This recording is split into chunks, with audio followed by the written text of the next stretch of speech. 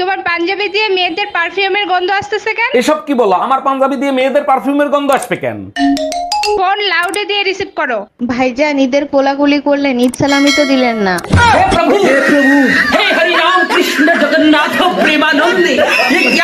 আজব ভালোবাসা। শাহজাহান মমতাজের জন্য তাজমহল বানাইছে, আর যারা তাজমহল বানাইছে তাদের হাত কাটে ফেলাইছে। বাদ দাও, আগের কালের ভালোবাসার ব্যাপারই আলাদা।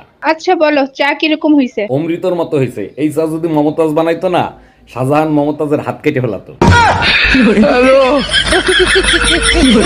আচ্ছা, স্বামী স্ত্রীর যে সম্পর্ক, এটা নাকি 7 জন্ম পর্যন্ত থাকে? হ্যাঁ, সবাই তো তাই বলে। তার মানে পরের জন্মেও তুমি আমার বউ হবা? হ্যাঁ, এসব কথা কেন জিজ্ঞেস করতেছো? তার মানে আত্মহত্যা করে কোনো লাভ নাই। আমাদের রাশিতে লেখা আছে এটা আমাদের প্রথম জন্ম। Bye bye, tata.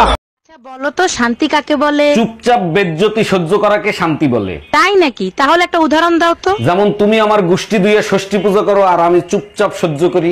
আমি বেজ্জতি করি না, পুতা দিয়ে এসেছি। Bye bye, tata.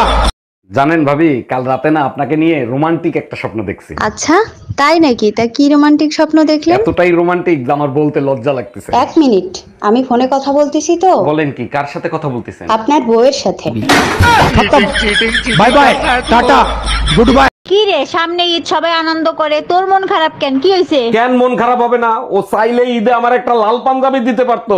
থাক, আর বলতে হবে না, বুঝতে পারছি গালি দিয়ে ব্লক করছে, তাই তো?